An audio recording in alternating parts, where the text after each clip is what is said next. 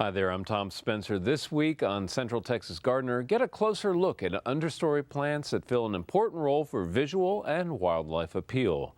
On tour, visit a garden that tells a lot of stories to keep family history alive. Daphne answers your top question and makes her pick of the week. And John Dromgoole has your backyard basic tips. So let's get growing right here, right now. Support for Central Texas Gardener comes from GeoGrowers, offering custom soil blends for lawns, gardens, xeriscaping, and organic landscaping supplies. More information at geogrowers.net.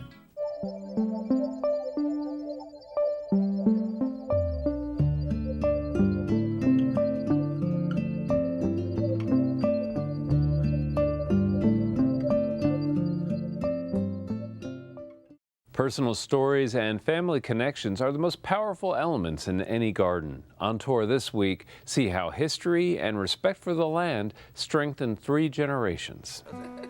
When Christine and Pete Hausmann fell in love with their property above the springs of Long Hog Hollow Canyon, they knew that their gardening was headed in a new direction. My son and I, when he was little, we'd pick dewberries down there, natural wild dewberries, Texas blackberries down in the creek and everything, you know. So he grew up back here and enjoys doing things like this with me. Birthday parties, what did he want? A camp out down below.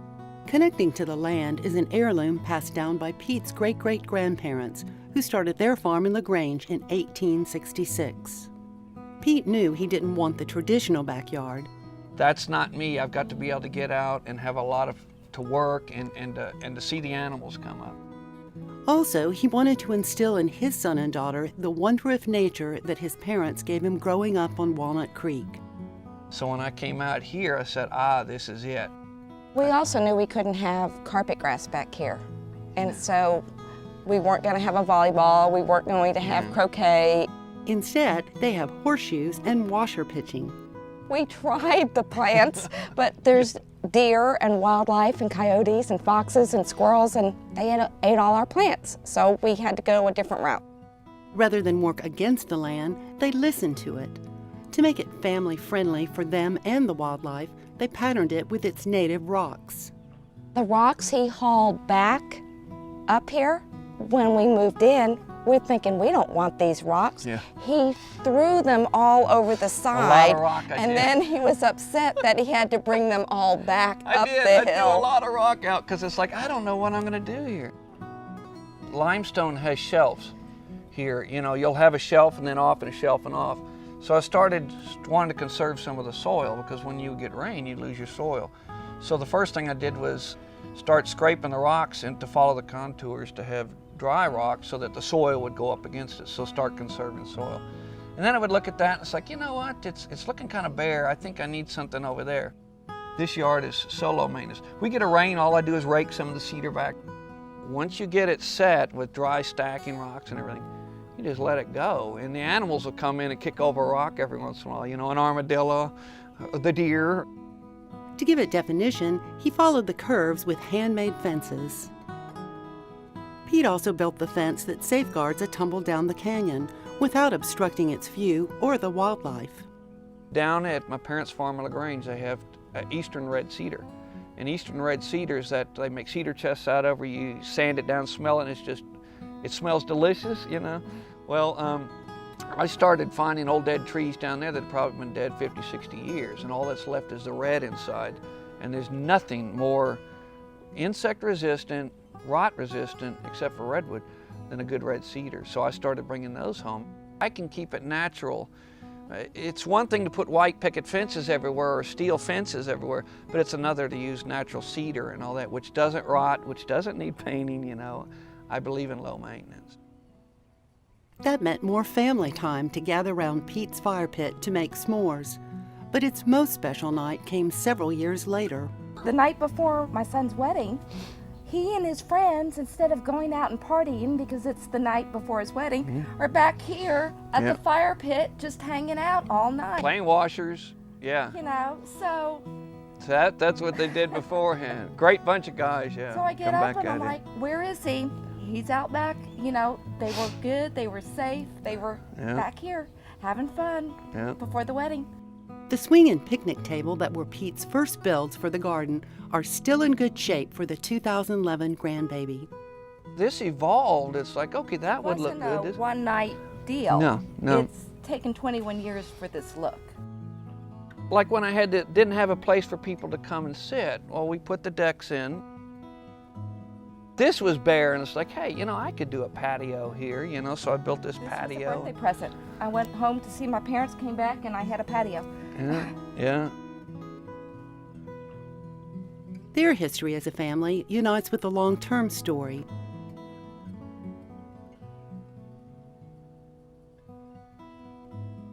You'll see all the rusty tools that Yeah, came from the just farm. kind of reminds me of the farm. The farm was a tremendous influence on my life. I don't overdo it, because you've seen some places where there's just stuff, you know, it's like, no. But there's no way you can overdo a registered family brand from the 1800s. Hey, it's pretty cool, you know, I enjoy it. So. Not too many families have a brand, so, you know. Yeah. Then, inspired by Central Texas Gardener, they built a shed as the latest connection. It was 110 degrees that August when they framed it and topped with half rounds of cedar that had captured Christine's imagination. And then we started decorating it, and then we realized, hey, this is more than a shed. This is a real getaway. Our favorite are when the storms are rolling in and you can see the dark clouds rolling in. In fact, when we finished it, the first, 3 days later, a big thunderstorm came out, and we both ran to the back to see, does it leak? Yeah, and so we got in there, we had the windows closed and everything. Airtight, just perfect. And we thought, you know, when you hear the rain on the tin roof, you know, everybody likes rain on a tin roof. Well, believe me, when the rain hits that tin roof, you're right under it, it makes quite a noise. Our kids are sad. They're like, why didn't you build this when we were little? Yeah, they want to use it as a playhouse. The garden's name, Lazy Acres, was inspired by Pete's favorite childhood book, Happy Acres. This is from the 50s. My mom used to read this to me when I was sick. Happy Acres tells the story of what happens when things get too lazy. This hard-working family gave its tale a twist. When I came here, I said, you know what? It's a happy place, but once it's finished, I like a place just to relax, you know. Sit in a lawn chair, sit in a hammock, lay in a hammock, whatever. I'm going to call this place Lazy Acres. And so we hung the sign down there. Well, before the Lazy house Acres. was built, we hung the swing because we knew it was like a perfect window out there. And he put up the post, and we had Lazy Acres even before we moved in, because we would come sit in the backyard waiting for the house to get finished. Yeah. Their Happy Acres started through imagination and a kinship with wildlife friends. And fire pit nights after a dip in the creek are Lazy Acre memories forever. It was just a We cool actually- backyard to move to. We actually built it, dammed it a little bit, and made a little swimming hole for the kids when they were little in the creek. So it was kind of neat going until the first floods come and back silt it, you know. But it was kind of neat, the kids going up, because when I was a kid, that's what I would do. We would dam up Walnut Creek, you know. When I say dam it up, you put some rocks down, get it about that deep, and then on a hot summer day, lay in it, you know. And I knew I could do that here. So they sure didn't want their garden to mess things up for future kids and dads. We are on a creek, and anything you put on this yard is going, in fact, we don't use lawn fertilizers. This takes no maintenance. I mean, really, except for a couple of cedars that die branches. We don't water it. We don't water any of these plants. It's whatever will take, you know, our sparse rains, you know, and so it's like, all right, what do? Keep the animals out and use a lot of water, pesticides, and fertilizer? Or say the heck with it, let the animals continue to come in here and just let it grow natural. And I went that route.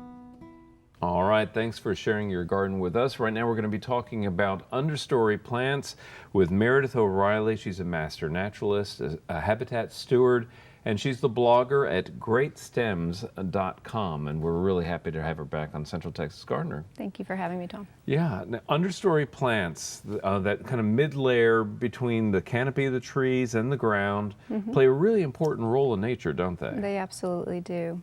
And, you know, we're often looking for plants that will grow in the shade, and so this is a great topic for a lot of us. Oh, well, I am one of those gardeners. I happen to garden right now in a cedar elm flat, as they are called here in Central Texas, underneath these trees. And I'm always looking for interesting things that will kind of brighten up the mid-space. And we're going to talk about a lot of really cool ones. And they play a particular role for the wildlife, don't they? Absolutely. Nature provides different layers for different wildlife. So you will have trees that provide the upper canopy, and you will have mid-story trees, and then down on the ground you're going to have, in these woodland areas, you'll have understory trees and shrubs, as well as the smaller trees that are just growing, the saplings and so forth. And then you'll also have plants that are down on the ground, and this can extend into prairies. So prairies have their own layers. They'll have little small plants that are close to the ground. They'll have taller grasses that grow above. So layers are very important because different wildlife will seek either nesting places or look for food in specific layers in nature. Right. Well, they're wise. They're on the lookout for predators and other things, and they find their little niches. And you know, for example, in my neighborhood, when I think of the upper layer of the canopies, I think of the woodpeckers. Absolutely. They're everywhere, especially in the older trees. And sometimes it's nice to leave a dead tree around if it's not a danger to anybody, because the woodpeckers and it becomes an insect host place. site. Yes, there's a lot of insects that live way up in the canopy of the trees, and so you'll find woodpeckers and you'll find warblers up there looking for insects. But some of our birds will occupy the mid-story, like chickadees and blue jays and titmice, and you'll find them all squawking at each other in the mid-story. But it's that understory where we see a lot of our songbirds that so many of us really enjoy. They'll be looking for berries. They'll be having nesting sites in some of those understory areas, and also the little fledglings will often use the understory plants as ladders as they're learning how to fly and trying to stay safe from predators. Right. Well, they provide a very important role in that way. Now, we're going to talk about a number of different species, and as we do, we'll give people an idea of what kind of soil conditions, where are they native to, etc. Okay. But we're going to start with one of my favorite plants. It's Carolina buckthorn. It's a beautiful little specimen here, which is fresh from the Wildflower Center sale, I understand. Yes, it is. But this is one that I see in the canyons of the Edwards Plateau, and has beautiful fruit. Very attractive. I would call this a handsome little tree. Absolutely, and it's also found further east. It is a buckthorn, and they are often found further east, as well as in the Edwards Plateau. And so they can tolerate different kinds of conditions. They're often found in the bottomlands, as you've mentioned. They're also they can handle those rocky slopes. It's got these lovely little dark green leaves, and as you mentioned, the fruit is very noticeable, and it's very valuable for wildlife. It starts out red and it becomes this very dark berry when it's ripe. Right, you know, purple-black color. And, yes. And again, if you plant this tree in kind of an open canopy area where the rest of the canopy is very high, it will form such a beautiful little pyramidal plant. It is. It's kind of, it becomes airy. The more sun it gets, the more bushier it gets, and it kind of takes away from that special nature of Carolina buckthorn that I really enjoy. I love the way it looks in the woodland area. I would just say as a note, I think it really is picky about soil. It can be. Yeah, I think it really wants well drained is a critical thing for the soil.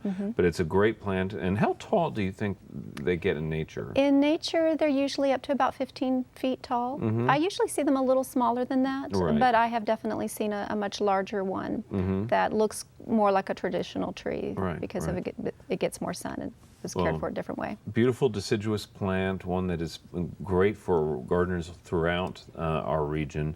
The next one we're going to talk about is spice bush. Oh, yes. And this is another one that when I think of it in association with the Edwards Plateau canyons and the bottoms of the canyons. It's often found, well, it's definitely an eastern plant as well. So if you live further east, you're going to see a lot more spice bush. It's often found in riparian areas. So if you have a little bit of more moisture in your yard, it will appreciate it. It still wants to be well drained, but it just wants that regular rainfall or regular water. But if you have the right setting for it, it is a wonderful plant for wildlife. It's fantastic because it has drupes that are just very high in nutrition for our wildlife, and it has a lot of fat content in the fruit, and it's also a caterpillar host plant for one of the most interesting caterpillars and butterflies out there, the spicebush swallowtail. Oh yes, right. Well, spicebush swallowtail is got a nice, well-developed palate because the plant actually has a very pungent, spicy That's quality right. to it. That's a lot of fun just to rub on your hands. And You can crush those leaves and get that Yes. spice, but also the seeds have a bit of spice too, and you can even use it in cooking a little bit. Interesting. Cool. Yeah, but the caterpillar is pretty interesting because it's got some interesting camouflage. When it's really little, it starts out looking like bird droppings. And when it gets bigger, Yes, I've it heard actually this, yes. becomes kind of a green color. And then when it's close to forming its chrysalis, it'll be a little bit more orange or yellow. But it will have these large markings on it that look like snake eyes. So it becomes a looks little like a bit safer predator. that way because birds might think of it as a snake. All right. Well, the next plant on our list is red buckeye, and this is one that does a disappearing act in Central Texas. In midsummer, you can't even see the plants; they go dormant. It drops its leaves in summer, which is a very interesting way that it handles the Texas weather. Yes, see you later, right? But the blooms are spectacular. One of the loveliest flowers on a tree in Texas, I think. Red, bell-shaped tubular flowers that hummingbirds absolutely adore, and bees love them too. It will bloom earlier in the springtime, and it really is a lovely, lovely tree or shrub, depending on how you grow it.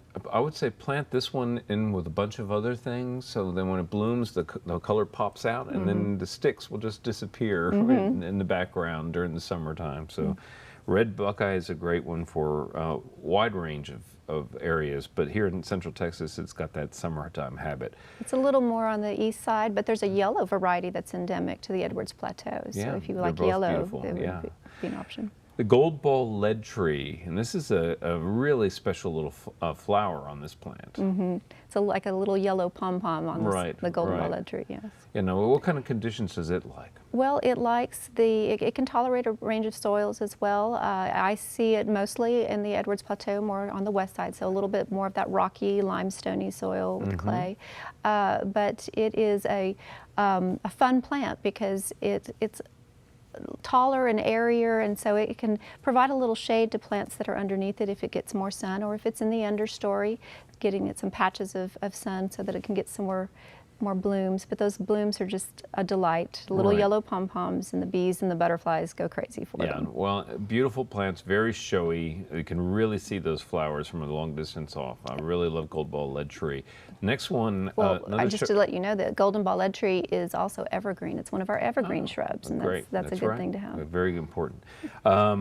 Fragrant mimosa is one I definitely want to talk about. Love this plant. I'm not really familiar with its growing conditions, though. It also likes kind of the rockier soils. It can tolerate the rockier and clay soils as well. It does fine in both. And it can actually tolerate quite a bit of sun, but it can be used as understory as well.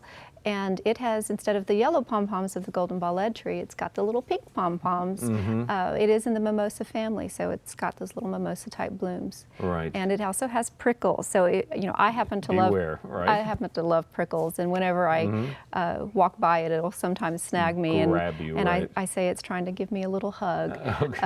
That's a nice way to think about it. Yes, but you wouldn't want to plant it right next to a high traffic area just because of that. Right.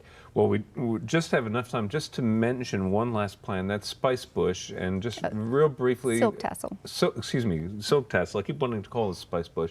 You see it everywhere in the hill country, and it is evergreen, tough as nails, and just it is one of the great endemic plants for our region. Yes, silk tassel is wonderful. It provides berries and has these interesting. It's male and female flowers, and it's a lot of fun. Well, people will see it when they're out on their nature walks. Thanks so much, Meredith, for being with us. My pleasure. We really enjoyed this conversation. Coming up next is our friend Daphne. Hi, I'm Daphne Richards. Our question this week is, when is the best time to plant a tree? Of course, we've timed our answer to this question to the absolute perfect season for planting trees, autumn. With shorter day lengths, cooler temperatures, and maybe even a little rainfall, autumn has everything that a tree needs to keep transplant stress to a minimum. Most of the trees that we plant here in Central Texas are deciduous, so they'll soon be dropping all their leaves and going dormant to avoid the damaging cold of winter. During the winter, with no growth happening above ground, trees are free to focus their resources below ground on their roots. If planted in the fall, trees have almost half a year to establish their root systems before the temperatures get overbearingly hot and they start to need more water to survive. In order to take up water, plants must release water into the environment through a process called transpiration. During the heat of summer, the air is so hot and dry that it practically sucks the water right out of the leaves, which is why during extremely hot weather, like we had in 2011, many trees drop their leaves and go dormant during the summer. Dormancy is simply a plant's way of avoiding stress.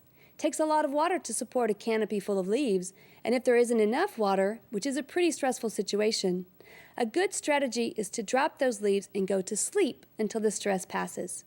So if you've ever planted a tree during the spring, especially in the late spring, or if summer's arrived early, you may have noticed that your tree immediately dropped all of its leaves and struggled to survive all summer long.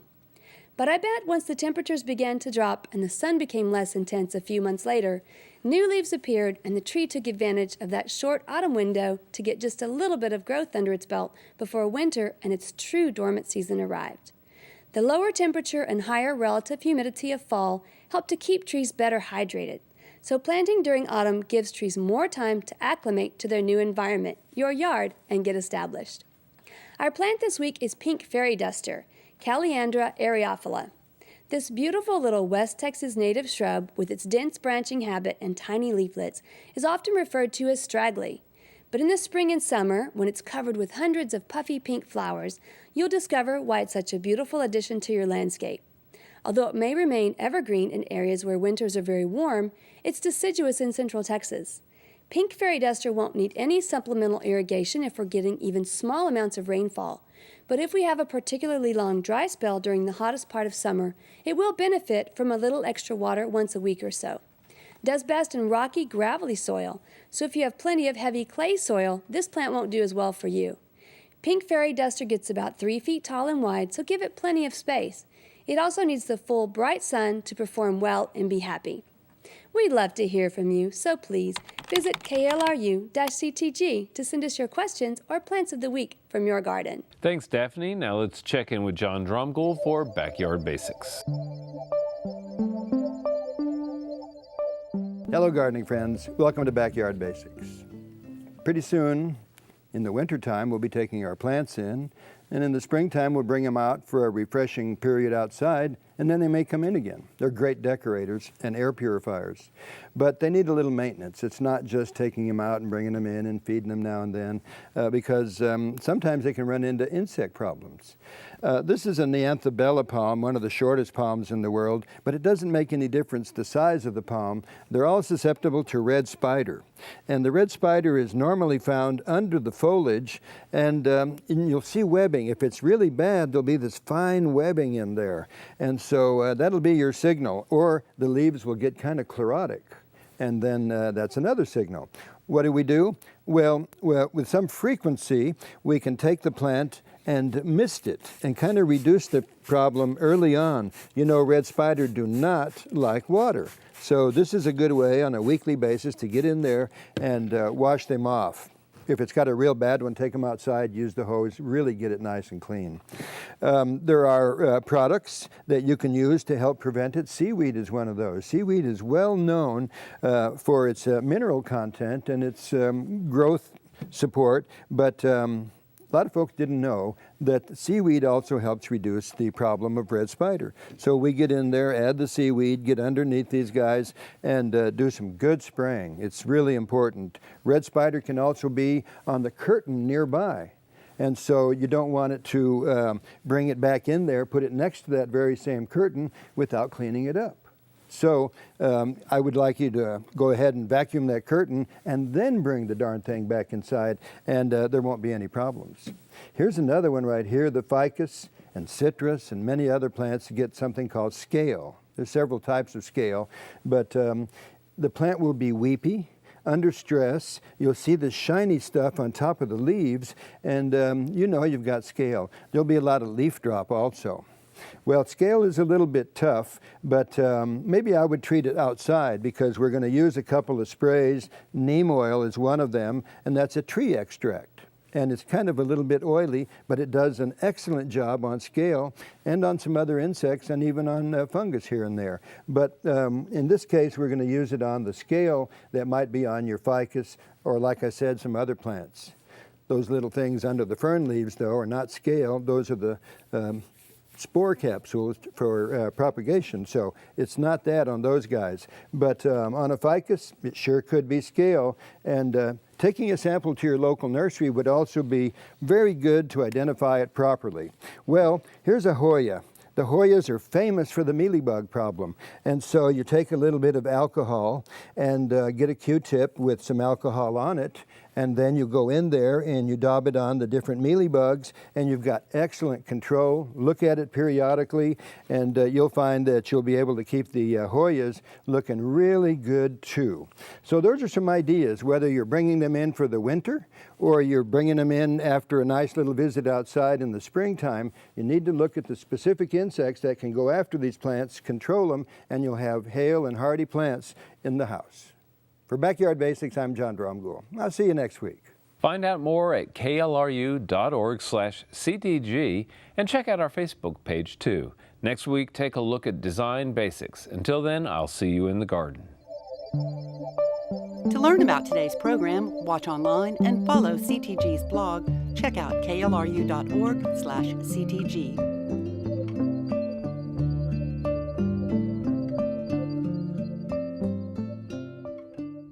Support for Central Texas Gardener comes from GeoGrowers, offering custom soil blends for lawns, gardens, xeriscaping, and organic landscaping supplies. More information at geogrowers.net.